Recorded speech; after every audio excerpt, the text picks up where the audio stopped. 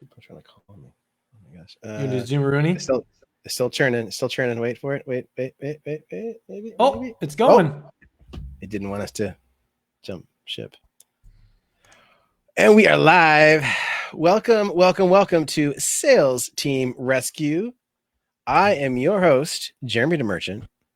And today we have another special guest, and you may know his face from such episodes as previous Sales Team Rescue episodes. But Dr. Thaddeus Gala is, he's basically everything, right? You're a serial entrepreneur. You are a real estate investor. And you're also, you run 4 medical clinics. And you also happen to be the face of, how would you describe it? The face of hope for people recently through the fires and the rescue efforts that have been going on around your area in Oregon. And just all around good guy. I sound like I'm kissing up now, but depends on who you ask about the good guy aspect. That's fair. But I'm super happy to have you here again. And today I wanted to bring you on, guys, to be transparent here. Yesterday, Thaddeus and I were having a conversation about settling for the status quo, about taking a no at face value. And he shared a story that I'll let him share if he wants to. But I wanted to bring him on to talk about how often, and this is applicable to entrepreneurs, to sales reps, to sales managers, how often we settle for the first no as the gospel, as the final say. And it's just not the case. And that is for you've taken this challenge and actually allowed yourself to build remarkable businesses simply because you didn't settle for the first person that said no. So tell us a little bit about what brought you here, as far as like where you're at business wise now, and specifically around not settling for the first no. Yeah, I think one of the biggest things is that whether it's dealing with a million or multi-million-dollar exchange, or whether it's dealing with what flavor ice cream you want, it's all the same regardless. And in terms of achieving either one. And I know that may sound trite, but it's really the same process as, talking to your loved one and saying, hey, I want to see this movie versus no, I want to see that movie, or I want to go to this place for dinner or that place for dinner, as it is with any other discussion. And the only difference is it's just the stakes may be bigger or lower, but it's all the same. So if you can, the first thing is, I think, is understanding that once you learn this process and you become aware of it, I think you'll find that it can translate into just about everything in life. Especially if you can remove yourself from the mental block that people look at different situations as though they're different, when it's really the same core principles are at place. It's just the actors are different. And the stage may be different, but the same premise and the same principles and the same structures need to be in place for something to come to fruition. And I can talk about real estate that I've purchased with no money out of pocket, or very little money out of pocket. I've done that several times. I can talk about where, actually, maybe even go back a little bit in terms of how I got this was. When I was really young, I would always listen to my parents. I would say that I would have made the best soldier, because my parents, whatever they told me to do, that's what I did. Meaning, when we very first started getting great letter grades, like in second and first grade and below, you like E for excellent or S for satisfactory, and that was it, kind of thing. And then in third grade, we got our first letter grades, and I remember I got all A's, and then I got 1 B plus. And I remember sitting in the parent teacher conference. This is third grade, right? Think of the impact on this that it's had in my life. And we said, well, why didn't, and my name was Aaron then, but they said, well, why didn't Aaron get an A? And he said, well, he just didn't quite do enough to get an A, but he did really well. He got a B plus. And I heard that and I thought, okay, so I could have done better. So I said, okay, so I could have done better. So from then on, I got straight A's all the way through all the way till I graduated high school. I was a 3-sport varsity athlete. I was valedictorian. I was like, top 5, I was math Olympia. I did all the things that you would do that to be the model perfect student. I was labeled talented and gifted, all that stuff. Right. And so much, I'm not saying this to toot my horn, rather, because I have plenty of faults. I know that. But rather that I was so much just like, I did it because I thought that's what I was supposed to do. Mm. And so I just did it. And it wasn't until I had and my brother was very smart. I always say my brother's smarter than I am, but I maybe just work a little bit harder than him. So we've taken different paths in life, but my brother, he's brilliant. And when we were young, he would always stand up to my parents. And I'd always see him doing and saying things that I disagreed with. I'm like, well, he's going to get grounded if he keeps saying that and doing that. Like, to me, it was so obvious. Mm. And he was three years older than I am. And all through growing up, I almost always would side with my parents and think, well, Stefan, you were told not to do this and you're doing it. So it makes sense that you're going to get grounded. Like, it was really obvious. Yeah. But then when I got older, when I was around 15 and my brother had just come back from college, and I saw him stand up to my dad. And it was one of the first times ever that I agreed with my brother and not my dad. And it was that moment that I got this switch of, okay, if you really believe something in your heart to be a certain way, you can follow that down the line. Now, fast forward, how did that translate into other aspects? Well, I realized that if there's a human on the other end, anything is possible. And the first thing is, I guess, is recognizing that there's always options. And if you don't recognize that there's options, or if you take the status quo as, well, that's just the way it is, kind of like, well, my parents just say so that's just the way it is, right? And a lot of times that does make sense. But that's how you have things like the Vietnam War, right? Like what was it? The My Lai incident, where you had these soldiers that were just massacring people, and it went on to be research by Stanley Milgram in terms of the psychology of how this happened, and even from the death camps in terms of how could these soldiers do these acts, and getting into the psychology of it, and realizing that there's a time to be a good soldier, and there's times where you need to stand up, and how do you break out of that mold? And so to kind of go into there's lots of stories I could share this with, and I can share some of the questions that I ask to really get to the heart of it. Yeah. Because at the end of the day, to get, and not to sound like a broken wheel, but it's like the phrase, I think it's Zig Ziglar says, you can get anything you want in life if you can help other people get what they want in life. Right. And when I first got into practice, there was a patient that I was treating, and they were injured on the job. So it was considered a workman's comp injury in a claim. And the laws at that time said that the patient could have 12 visits, and then they needed to go to another doctor, get evaluated, and then come back to basically get checks and balance to say, yes, you're still injured, you still need treatment. Okay, makes sense. And we went over, I think it was with this one patient, I was at, I think, like 16 visits. And the adjuster denied the 4 visits in terms of reimbursement, right? And that's a good amount of money in terms of doctor's visits and therapies and treatments and so forth. So I call up the adjuster, and I say this. I say, okay, so listen. I say, I didn't tell them to listen. I said, but I said, okay, so I see this got denied. Why did it get denied? They said, well, because the law says there's only allowed 12 visits. And I said, okay. I said, I realize that, but we kind of lost track of visits. I wasn't keeping track, et cetera. Would it be okay if we did, if you covered the 16? Nope, sorry, that's the law. And it is, and that's the law. And I said, okay, I completely get it. I understand that's the law. I said, here's the thing, and I'd welcome your advice. I said, so this patient in my mind has reached maximum medical improvement. I'm discharging this patient. I'm not going to request more care. I'm happy to send them to another provider, which is going to cost you more money, which they're likely going to come back and they're likely going to approve those last 4 visits.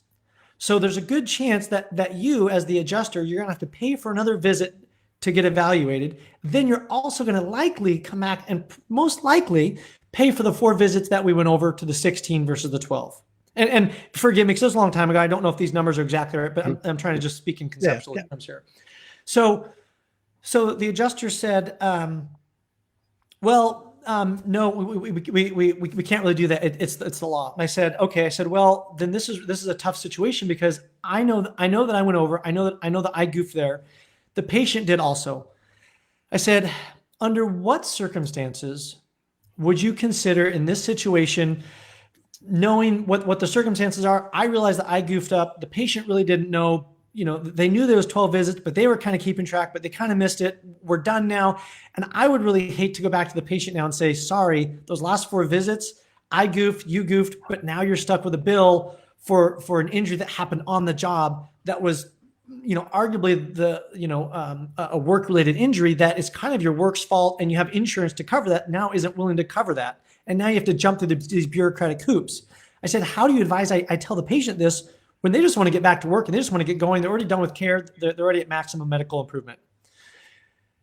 And there's this pause, and she said, well, I'll tell you what. This time I can go ahead and approve those 4 visits, but just in the future, just make sure you really keep track of your visits and really make sure that you don't go over again, because it is the law, and I'm not supposed to do it. But I'll go ahead and get it approved for you. The visits were approved. Patient got discharged. We got a check in the mail for the last 4 visits. We got paid. Patient was happy. Everyone was happy, and it was done. And everyone on their way.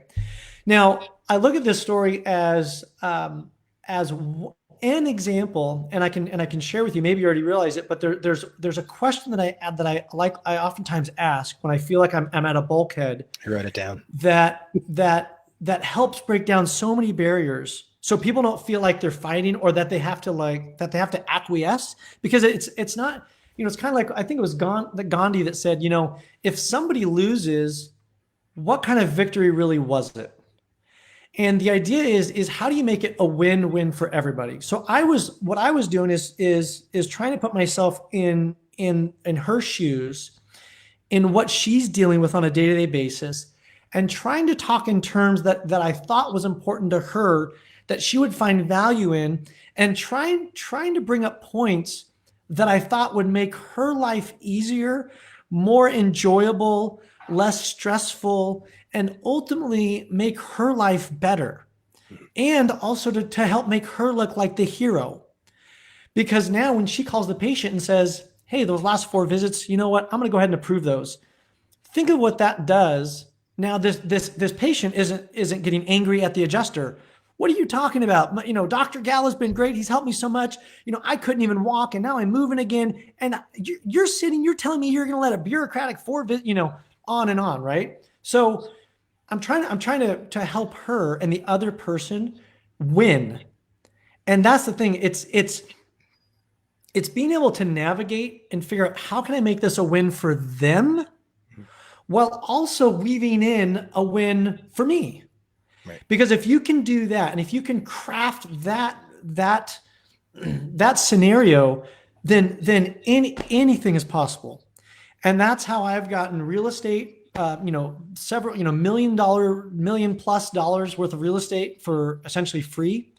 And I can talk about that, how I got a Tesla for free, and on down the line. So I'll pause there, because I know I said a lot there. Yeah, no, that was great. And I wrote down, and I've written down this question from you before, from previous webinars and things you've done. But the question was, under what circumstances?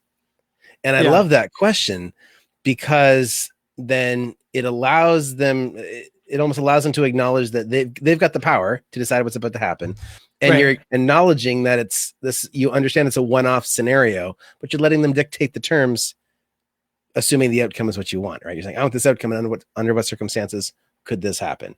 And I think it's so powerful, because you're shifting the conversation, like you said, from a win-lose situation to, how do we make this work? And there was another line I wrote down a few months ago, actually, from something you said, and it was, how do we craft this deal? And just the way you think about negotiation as crafting the, whether it's a deal or whatever, suggests that it's not just logic based, because there's a lot of emotion in all of anything that's sales, right? This is all sales, but it's influencing somebody's decision, but you need to get on side and understand, like you said, where they're coming from, to be able to get them to come over to your side of the table, for lack of a better analogy. So I think that those two lines, under what circumstances, and how to craft the deal or craft the situation, Yeah. really bring a lot of new context to, might be a sales conversation or just in general. Yeah. And I think the audience would love to hear, and I'll let you choose which story you share, because I know you share them in some of your presentations, but whether it's the real estate one or the Tesla one, if you don't mind, one of them would be great. I'm sure the audience would appreciate it. Well, I can do both, and I can bundle them together. How about that? Let's do it. Let's do it. So before I do that, one thing that you just said that I like what you're saying, and I want to tweak it just a little bit and maybe just add a little more to it. And that is that, when people talk about, like you said, like negotiation, I'm big on words. At least I try to be big on words. And if I ever catch myself, I try to go back. It's like when you're in discussion with a loved one and they say, you never do the dishes, or you always, it's like, well, no one always does anything ever. It's like, it's like absolutes, right? It's like, and here's the thing. When I look at the term like negotiate, to me, I like the word discussion and collaboration. And I try to plant those in my mind of the words collaboration and discussion, because to me, they're less charged, and it's less of a win-lose, and it's more of a discussion, and a collaboration to me is more of a win-win, and especially a collaboration. And the key really is, again, like you said, it's being logical in recognizing that you have to address the emotional. And if you can be logical in your emotional approach, then you can win. But if you let yourself be completely emotional, you're going to be all over the place. And obviously there's a point here. Here's the thing. It's kind of like, I think sports is a great analogy. Think of any sport. Let's just use football as an example, right? Because every time the everything starts from like zero, and everything starts from like an even playing field. Every single play, everyone gets a fresh slate, and a play lasts what? I think it's like average is like 7 to 9 seconds or something. So every 7 to 9 seconds, everyone gets a brand new playing field, and you get a fresh start. So no matter what happens, you get to start over. And here's the thing: you go to the gym, you work out, you run plays, you do all of these things, and you're so well. That's the logical portion. You're so well trained. You have so much muscle memory. And then what happens is, as soon as that ball snaps and the play is going, it's now the art takes over. So now that I think of that as being the emotion aspect. So now let's relay this back to real life. So you have to understand what the end goal is. You have to understand what we're talking about looking at it as a collaboration. You have to understand the logic of, well, how does the human brain work? How does psychology work? How do I help this person get what they want? You have to understand that. And then when you're in the moment, you have to be able to have that raw skill, right? You have to know how to throw a football at least a certain amount. Otherwise, you can't even make it up there. But you have to have that raw skill. So then when you see, oh my gosh, this other player's arm is coming in, that maybe you throw and adjust and throw it just a little sideways and to make the play. But you have to know how to throw a football first. What I'm getting at is, when you're actually in front of that person, you need to have the raw ability and the logic and the knowledge. So then when you're in it, your EQ can kick in, and then you can feel your way through it with the raw talent and the skills and the logic that you have, that allows you to kind of unplug that portion and now feel your way through it. And that's what got me to not only getting a free Tesla, but also it got a commercial building that was it was on sale. It was for sale. I don't want to say on sale. It was for sale at $1.65 million. And so here's the way that I looked at it. The way that I looked at it was, first I had a goal. I said, okay, we want to put a clinic in this location in town. And I was looking through, and the thing is that you can't ever tell yourself no before someone else tells you no. And what I mean by that is, a lot of people, I mean, how many people listening to this right now think that they could go out and buy a $1.6 million piece of property? I mean, a lot of people would say, oh my gosh, yeah, I'm not even going to look at it. And they just told themselves no. They just sold themselves on a no before someone else told them a no. So we oftentimes we already tell ourselves no, right? Whether even if it's like if the classic is right when you're in high school or junior high or college, and there's that cute girl or cute boy, and you're like, oh, I'm not even going to go talk to him because why would they even talk to me? You just sold yourself on a no. Right. So here's the thing: I saw this piece of property, 1.65, or we'll just use 1.6 for this story, and I saw it for sale. I said, okay, yeah, it looks like a good piece of property. Nah, I don't know. I don't know if it's the right location and so forth. And it's still $1.6 million. Okay, I'll see. We'll see about that. Because traditionally, people are thinking they have to put 20% down. So you're looking at, what would that be? $320,000 out of pocket. So how many people have $320,000 burning the hole in their pocket, right? Or let alone that would want to put money into that. I mean, there's a lot of better uses I can think of for $320,000. I mean, it's like what Roland Frazier says, every $320,000 helps. So what I look at is say, okay, so if this is 1.6 million, I want to buy this property, but I don't want to pay any money into it. So how can I make this happen? So I reached out to the sellers and I said, I see that this has been for sale for a while. So first thing I need to do, what I need to do, I need to research. I need to find out logically what's important to them, right? So logically, I need to figure out what's for them. And that's the emotional aspect. So reaching out and saying, why are you selling? What's inspiring you to sell now? Blah, blah, blah. The numbers on it look pretty good, et cetera.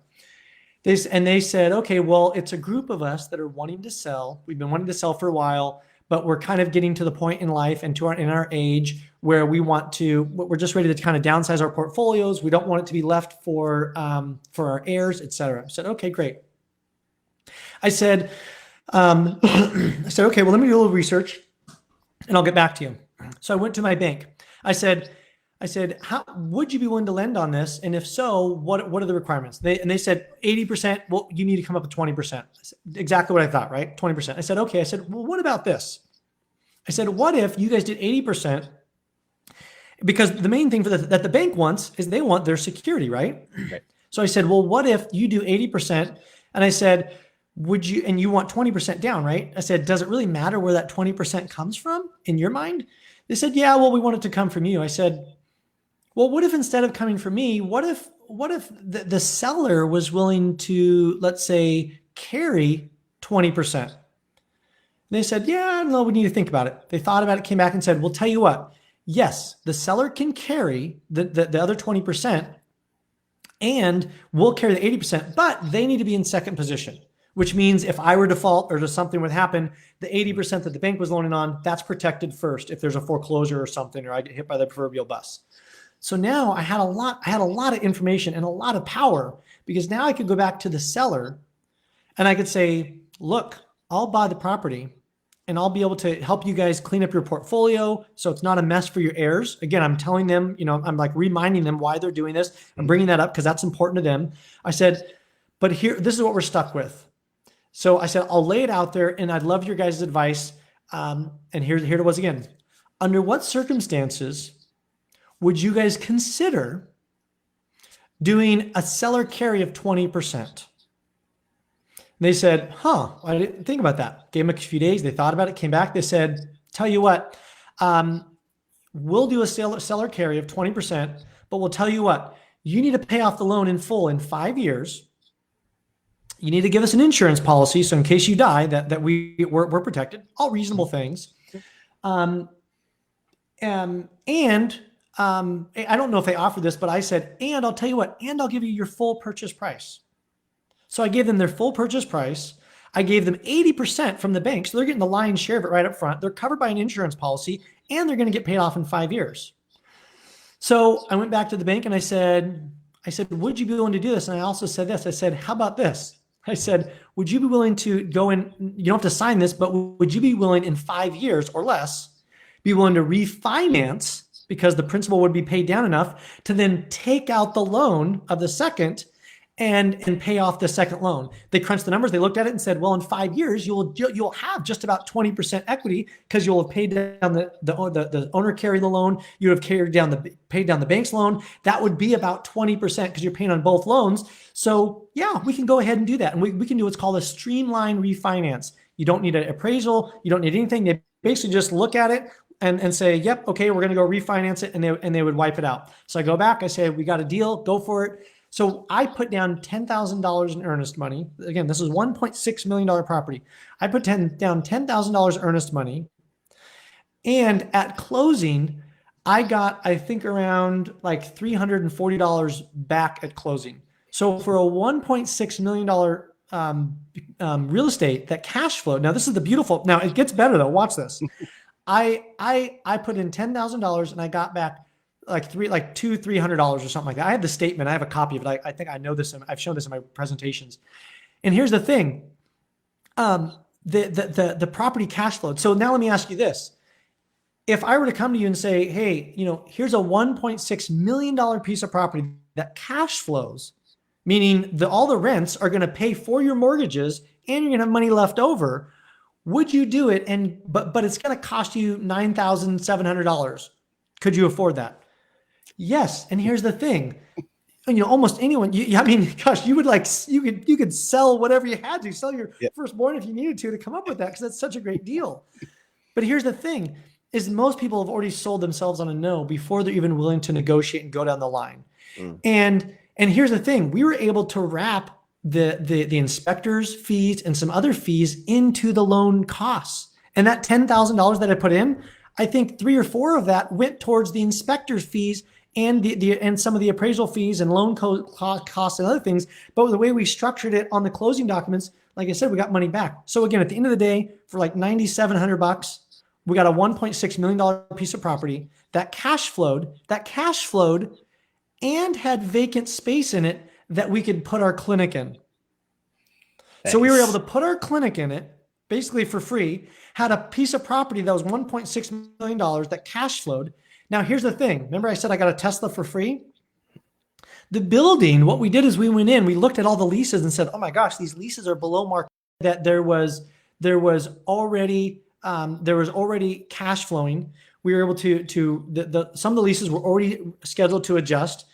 And the fact that a few of the rents we were able to raise a little bit, all of that, those monies, when you combined it, was equal to the amount of and more than a payment on a brand new Model S P100D Tesla. So that money then went, and I went to get a loan for a Tesla, which I didn't use my money. I went and got a loan on a Tesla and said, okay, here's the money that I've been saving up from that piece of property that, and it also covered the monthly payments. So that's how I got a $1.6 million piece of property for free, a free lease space for the clinic, and money from that deal that then went to pays for my Tesla every month. So that's how I got a free Tesla and a $1.6 million piece of property for $9,700. Wow.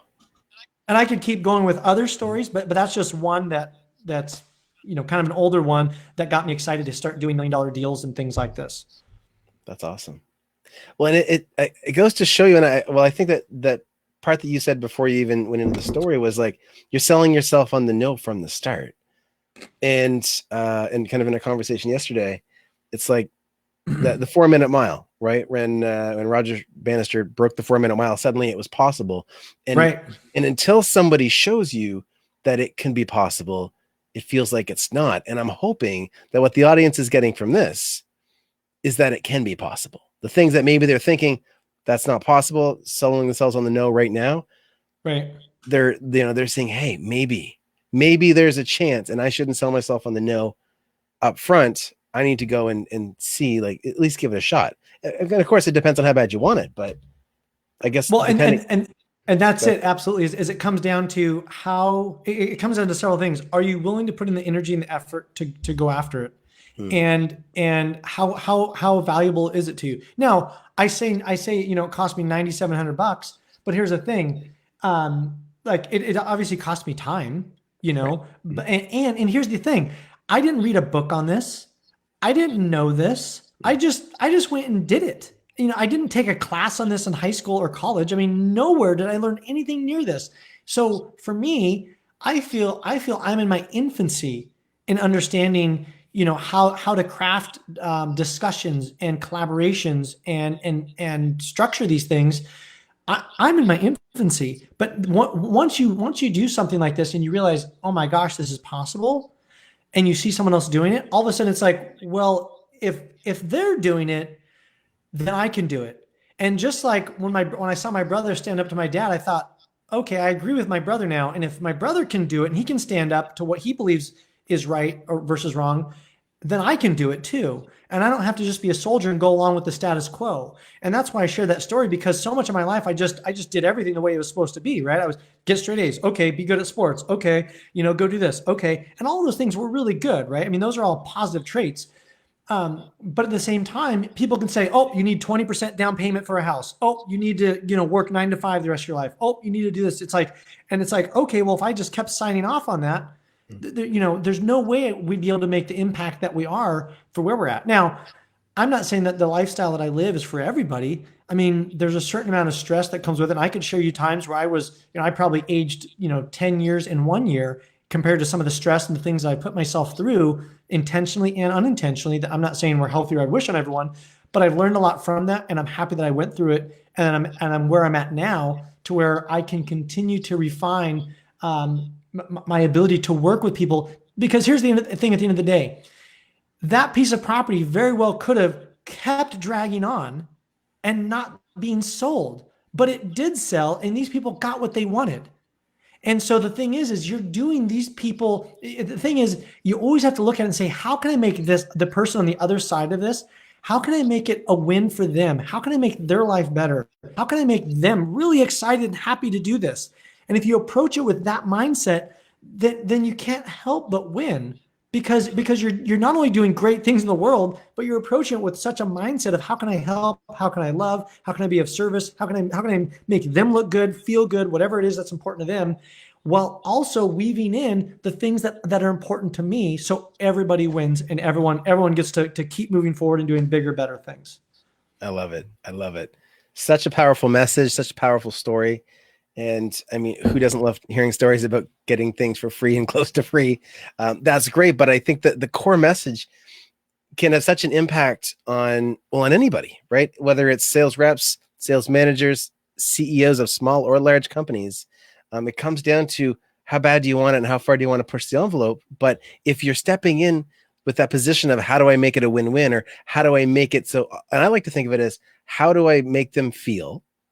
And and for me to feel that I'm also doing them a favor as part of crafting this collaboration. And that's why, and you said it before, I want to impress on it again. And just so maybe this episode will stand on its own. And that is the question, I believe, is so powerful. And I could go into almost every word of the sentence and why it's so powerful and so poignant. And yet it's seemingly so simple, but it's wrapped in so much power. And that is, under what circumstances would you or could you consider, and then laying out your things, but laying out your question, because it's so, even if you're at an impasse, you say, okay, I get it. I understand that no, I understand you don't want to do this. I understand you don't want to, go to dinner and a movie tonight. I get that, but I really would like to go to a movie. I get it. You know what? You're right. Can I ask you just one question? Under what circumstances would you be willing to consider asking them to commit? You're just saying, under what circumstances would you consider going to dinner and a movie with me tonight? Now they have all the power. They could come up and say, I want to stay home. You need to give me $1 million. Well, at least you know where you're starting. Or they could say, you need to give me a massage tomorrow morning because I'm sore and I really want to go to bed. But hey, if you rub my feet and you give me a back rub tomorrow, you got a deal. Or hey, as long as I get to pick the restaurant, or hey, I get to pick the movie, or hey, we get to go to it early. It leaves it wide open, because the brain, Robert Cialdini said, the brain has to solve questions. And if you put a question out there, the brain has to solve it. I mean, if I say whatever you do, don't answer this question. What's 2 plus 2? I mean, anyone listening right now, they already have the answer. Your brain couldn't help not come up with the answer. And so if you say, under what circumstances could you consider going to dinner and a movie or whatever it is, or would you consider selling this $1.6 million building and carrying 20%? They're not committing to anything. It's just a discussion. They're just considering it. They're just saying, all of this. And the other thing is, if you have someone that's really dug their heels in, and again, the vast majority of people, thankfully, can't help but be honest, and they can't help but answer questions. So if you feel like maybe there's been an acceptance in the past. So I did this one time and I got a free airline flight. And because the flight got canceled and some things got delayed and other things, and they said, okay, it's going to be like $400 or something like this. I don't remember all the specifics, but just for generalities for the premise of the story, they said, yes, we can't do this. And yeah, because it was like a weather, not a mechanical thing, it's going to be like a change of $400 or something like that. And I said, well, under what circumstances would you consider making a consideration just this once? It's late at night, it's all this blah, blah, blah thing. They said, I really can't do it. That's the policy. So I switched it up a little bit. I said, I get that. I agreed with them. I said, you know what? I get it. If I was in your position, I'd be thinking the exact same thing. I understand that. I know you're in a tough position. Well, let me ask you this. And I just tweaked it a little bit. Under what circumstances in the past have you ever allowed a subtle deviation from your policy or allowed vouchers for other flights and so forth? So now the person has to either say, sorry, sir, I can't do it. Or now their brain, you can see people's brains sometimes start smoking, because when they want to tell you a no, and you ask them, well, under what circumstances in the past have you ever blah, blah, blah, especially if you have a really good suspicion, or if you really believe that they probably have made an exception in the past, but they're not willing to make an exception for you. To me, it seems relevant that should enter the conversation, because if someone's had leniency in the past for someone, why couldn't they have leniency for you now? And if there was a reason in the past that they gave leniency, all you have to do is recreate that reason and scenario now, and you can likely have leniency. So, by asking that question, under what circumstances in the past have you ever given flight vouchers for, let's say, for weather issues? And then they may say, well, and anyways, the conversation progressed, and I ended up getting, I think I got a free flight, and I think I also got like a free lodging voucher. And those things obviously aren't unheard of in the aviation world, but I'm sharing that to say that when I first went up to the customer service, it was a no. And it just happened to keep, I've gotten free cars. One time I was at a car rental place, they were all out of cars. It was like, we have no cars. Like, you guys have any cars? Nope. Are you sure? Let me check. Nope, we don't have any cars. Ma'am, are you sure? I really need a car. Every place I've checked doesn't have any cars. Are you sure we don't have any cars? Sir, we don't have any cars. We are completely booked up. I pull up the app. Well, it says online that you guys have cars. Like, sir, I'm sorry, all those are already reserved for blah, blah, blah, blah. I said, okay. Ended up talking with her. By the time he was done, she gave us like a convertible Mustang or something for like the same price as like a compact or crazy. And I'm walking out there with my clinic. I'm walking out with my clinic director. I'm thinking, how did we do that when she told us 4 or 5 times she had no cars, there was no way it was going to be done, and she gave us a deal? Nice.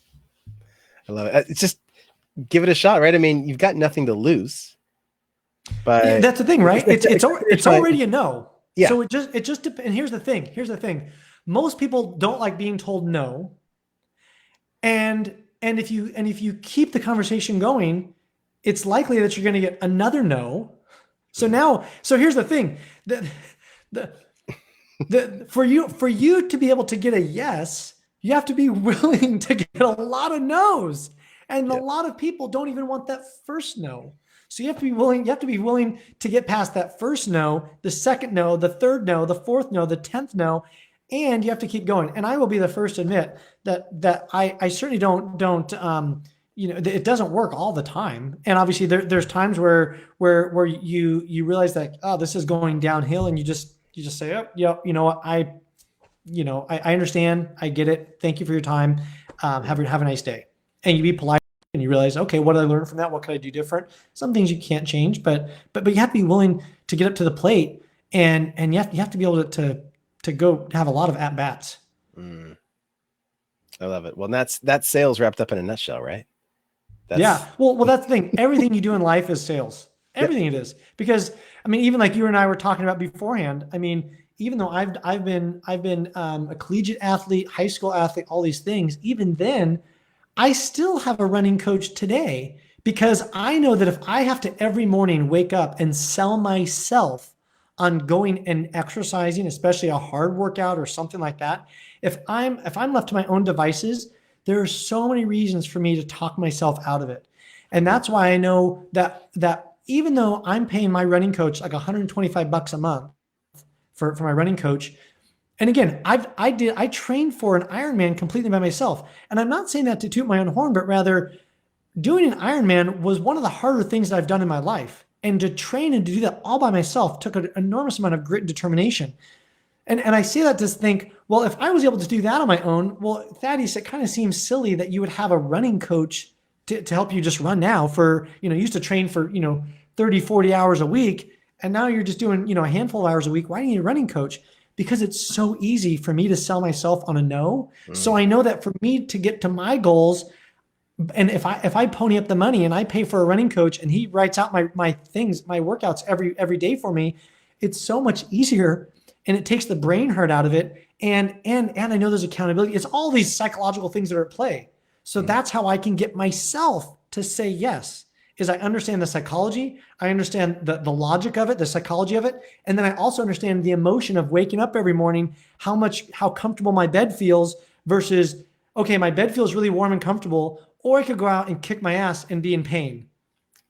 It's like okay, like I can be warm and cozy laying next to my girlfriend, like, oh, this is warm, this is cozy, this is comfortable. It's like, or I can go out and kick my ass where it's cold outside, it hurts, there's cars on the road, it's loud, I know it's going to be painful. Like, so I know that my default mode is to not do that. right. And so I have to sell myself on it. And the way to sell myself on it is say, okay, if I'm going to put up the money, I'm going to have accountability and on down the line. And I think the same thing goes for, that's why I think a business coach is good. That's why I think finding a life coach, I use that term loosely because life coaches are everywhere, but I mean, you obviously have to find the right one. Surrounding yourself with the right people. That's why I've created the Guardians, which is a business mastermind group for business owners that want to buy businesses, buy real estate for zero money out of their pocket. They want to grow their business. They want to be surrounded with other people that think like them.